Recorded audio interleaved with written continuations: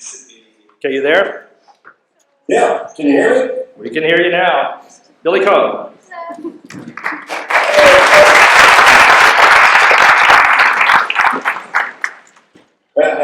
First of all, greetings from Prague. Can you hear me? Yeah. I can see each and every one of you. First of all, I'd like to say what a huge honor it is for me to be part of this celebration. As you heard Dr. Willerson say, and David LeBron say, and James say, and everybody say, collaboration. Can you hear me now? You can hear me? Yes. Okay. So I'm very honored to be part of this anniversary celebration. Can you not hear me? Okay. Right. Okay. Can you kill your video stream? I think you have an old stream planned. Is my guess. Oh, I see. Hang on. Yeah, you're in the back. There's a lag, and you're hearing the old one. There we go. All right. Okay. Technology has added new meaning to the lives of thousands of technicians. I'm so delighted to be here as part of the 30th year anniversary celebration for IBD. Because as you heard Jim Willerson say, and Paul say, and James say, and David LeBron say, collaboration between engineering and medicine is our collective future. It's a wonderful, wonderful thing. It's changed my life and my professional career and the lives of hundreds of thousands of patients.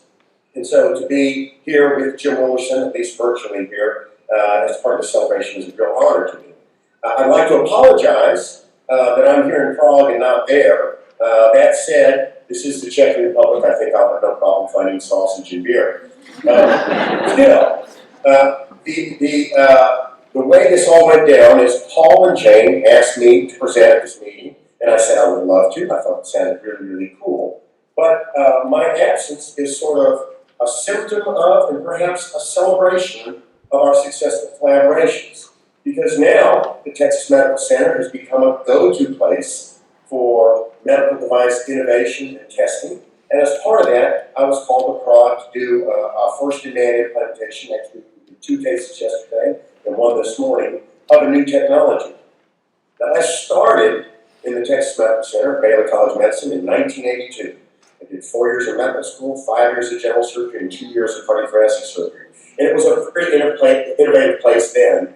I left, and since coming back, the amount of innovation and the amount of game-changing technology we're involved in has increased dramatically. And so now we're one of the global go-to places for this type of activity, hence me being called away. And so, whereas I'm sorry I'm not there, I'm delighted to be involved in this breakthrough medical technology that we're doing here in Prague. And the way these things work, when they identify a patient, there's so many people that have to come together, in Prague in this case, that we do everything we can not to accommodate the schedule. And so this came up at the last minute, and Paul and I talked and said, well, instead of getting somebody else, let me go ahead and give the talk virtually through my laptop. It'd be a great opportunity for us to leverage technology, and it'd be my first opportunity to get a keynote in front of a large group in my underwear.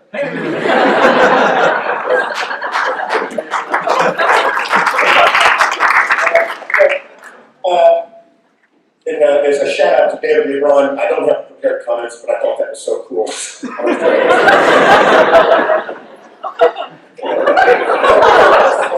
going to share my screen because I want to talk a little bit about something that we just heard Paul talk about, and that's this man, Michael DeBakey, who arguably played a huge role in the development of the collaboration between the Medical Center and Rice Bioengineering Biosciences when he walked across the street in 1964. And this is my favorite picture of Dr. DeBakey. He was one of the patron saints of medical device innovators everywhere. He's sitting at his wife's sewing machine, sewing Dacron polyester that he bought at an apartment Foley's in anticipation of replacing the aorta in dogs, and in so doing was the father of the modern prosthetic graft. It's been used in over 20 nations to save life and limb, and what a monumental achievement. So training here under DeBakey in Houston, right across the street from Rice, really planted the seeds for my life of innovation and collaboration with Rice. You heard Paul talk a little bit about this. This was the globular Rice Baylor pump. He passed around one of the artificial hearts that came out of the collaborative. And Paul, I saw you put on a white glove on your right hand. Did I see that correctly? Yes, you did. Now, was that because of the sacred nature of that prototype, or was that a shout out to Michael Jackson? That was both, because both of them are sacred. Is that good? The device would not have existed without the collaboration between DeBakey, Aker, and others at Rice. And I will show you the destiny of this. After several iterations, it was implanted in a gravely ill patient. This is one of the bladders from the woman that was really implanted in a 36-year-old woman. If you were 36 and needed a valve replacement, it was a very risky enterprise in 1967. In fact, mortality approached 25%. If you needed 2 valves, it was almost the flip of a coin whether you would survive or not. And there was a 36-year-old woman who had rheumatic heart disease. She was from Mexico. And Dr. DeBakey did a double valve replacement on her. And after the valve operation, her heart was too weak and she was too gravely ill to make it out of the operating room. And in 67, if that was the case, they pronounced you dead and went on to the next phase. But DeBakey had been working on this pump with the Rice engineers. He'd successfully tested it in animals. He set for it, implanted it in this woman. Her lungs had filled with fluid. She was blue. She wasn't making urine. But with the blood supply that the device provided, she woke up. She started making lots of urine. Her lungs dried out. She got off the breathing machine. Here you can see her on the left. This is a real picture of her in the post-operative period with the pneumatically powered pump keeping her alive. After 8 days, the device was removed and she was discharged home and lived 10 more years before she was tragically killed in a car accident. So innovation and collaborative innovation can change lives. Now you heard Paul talk a little bit about the artificial heart. This is the first pulsatile artificial heart. Again, a direct descendant of Domingo Leota and Michael DeBakey working with Rice engineers. And this device was first implanted in 1969. Again, the first implant in the world. So Houston had the first assist pump and the first artificial heart, again, as a direct result of a close collaboration between Rice and the Texas Medical Center. And these were both crowning and monumental achievements. And now,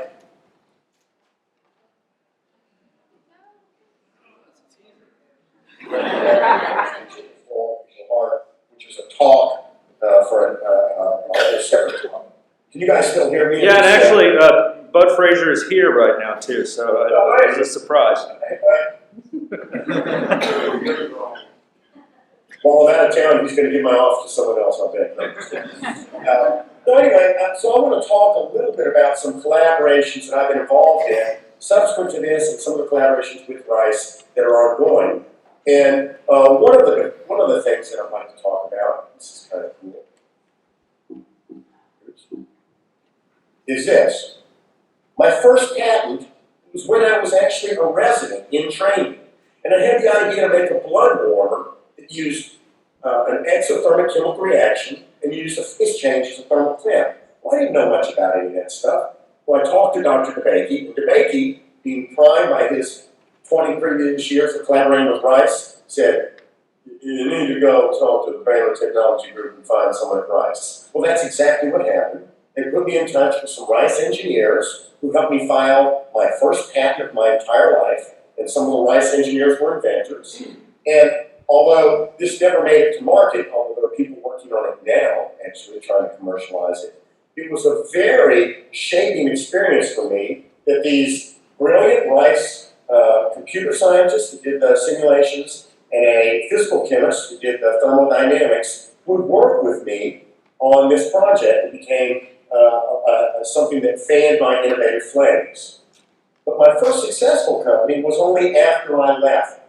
So after training for 11 years at Boston, in Houston, and I was Michael DeBakey's last chief president, I went up to Boston and decided I was going to continue to carry those flames of innovation. And I wanted to make a device that would allow me to tie off the left atrial appendage and patients with atrial fibrillation. without opening the chest. Because the inside of this little chamber here looks like this. And when it's not beating, clots form there, and those clots can break off and cause strokes. And I had the idea to tie it off without opening the chest.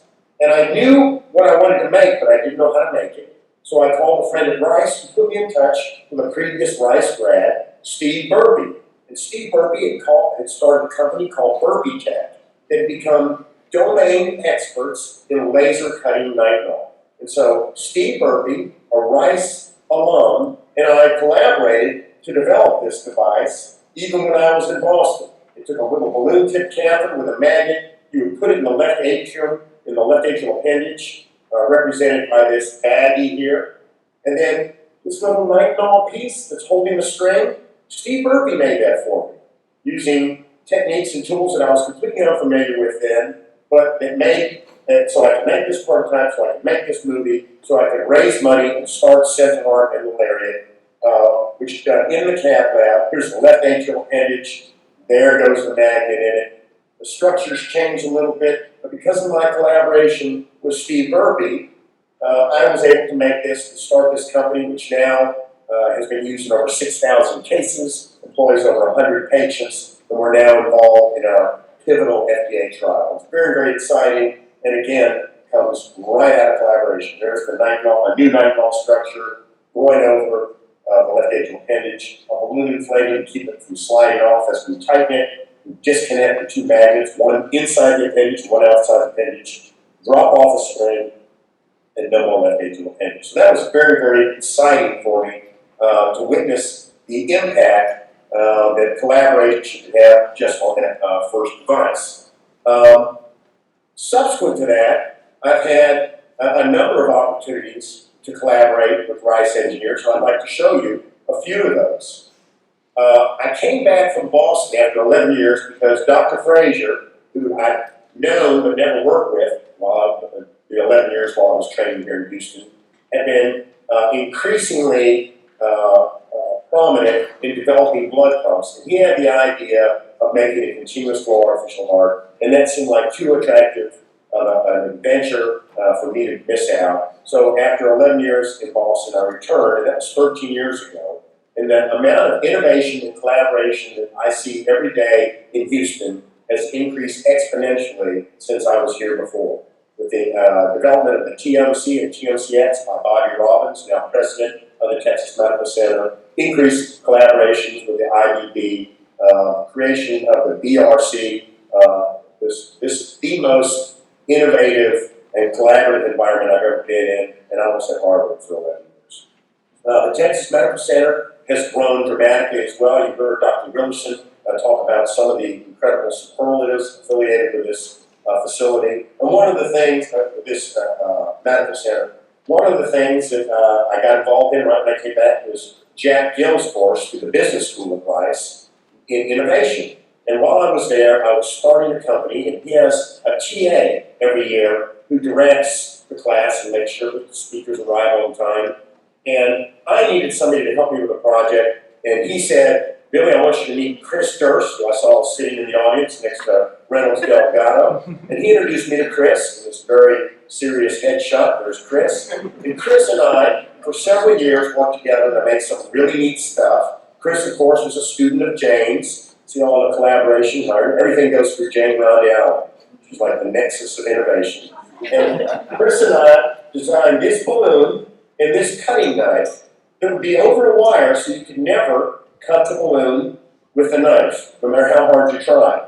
And the knife had suction, and the idea is we were going to cut a hole in the heart without going on the heart-lung machine, without stopping the heart while the heart was still beating, and use the balloon to keep them from bleeding to death in the next 5 seconds. And so here we are doing it. We would stick this is a cow. We would stick a needle in the heart, and then pass a guide wire up around the aorta. We then would reach up and pull that out the leg artery, and then we would take that specially designed balloon and thread it up inside the heart. And that balloon is inside the heart, and here's that blade, and it's got suction, and we're going to take it and cut a big hole out of the heart, but before any blood can come out, we're going to pull the balloon in from the inside.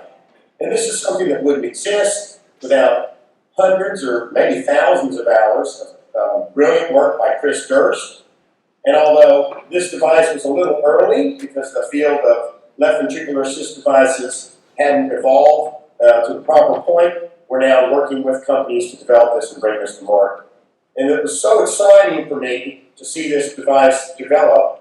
Here again, there's a heart. We're pouring out a big hunk of it and then pull the balloon in. And then Chris has designed this device as well. It was a one-shot fastener that would allow you to fasten the pump to the heart. Again, without going on the heart-lung machine or without stopping the heart. Just brilliant, brilliant work and a direct result of collaborating with brilliant engineers from Rice. Now I want to talk about Chris Durst a little bit because when that project came to a stall, since we developed all the stuff, he went to Fan Innovation Studio. And Fan Innovation Studio is probably one of the biggest employers of Rice engineers locally in the health tech industry.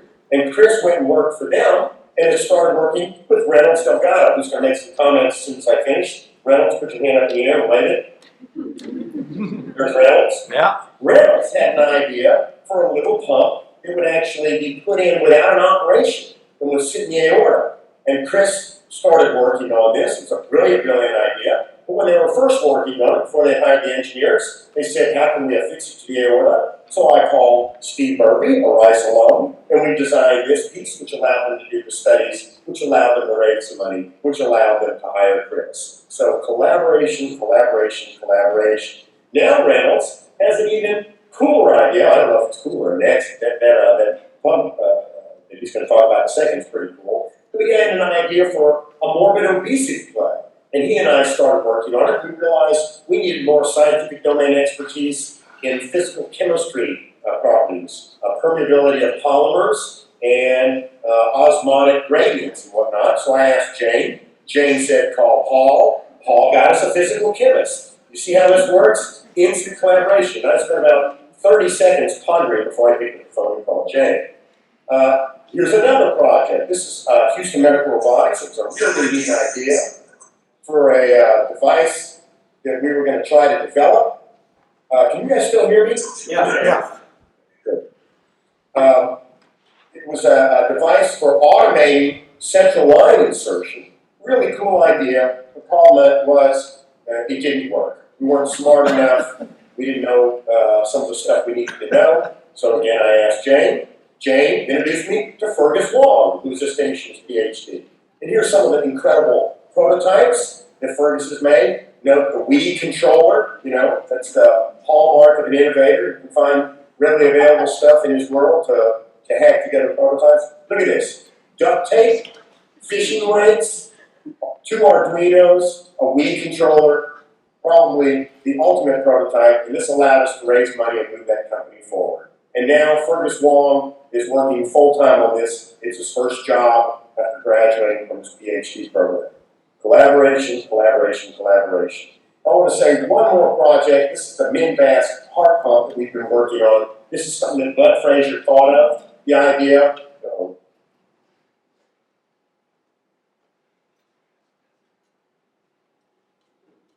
Technology gift and technology take it away. A small pump that would be threaded through the veins of the body, across the atrial septum, into the left atrium, who would pump bright red blood backwards through a graft in the venous system into the arterial system here. It was a neat idea, but there was a lot of science that we needed to make this work. So, again, I called Jane Grande Allen. Jane and I agreed that we would get this woman, Shelby Buritz, who would do her PhD on this topic in Jane's lab. And now she's figuring out the bearings and the test rigs, and very soon this will be a practical reality. And here's an early version of it. It's about as big around as a cigarette, sort of ironic. And here it is, swimming around in a pool of glycerin and water. And so very close to being something that will be in large animal trials. And so I hope that I've shown you some of the, or given you the impression that there's a lot of collaboration going on between Texas Medical Center, specifically the Texas Heart, and Rice Biosciences and Bioengineering, largely as a result of the IBD and the IBD making scientists successful, and we are taking advantage of that fact and leveraging that. And I think this is just the beginning. The innovative environment here at Tech Center, because of that TMCX and TMCX Plus, we now have a biodesign fellowship. We're in our second year, and one of the fellows, one of the 8 from over 700 candidates, is a Rice PhD graduate. So I think the future is incredibly rich, and I'm really optimistic about it. Look forward to more collaboration. And Reynolds, would you like to say a few things about Procerian, or if I used all of Reynolds' time? Almost. So real quick, I'll toggle over. Say again, I'm sorry? No, you're good. Thank you, Bill. Yeah, Reynolds.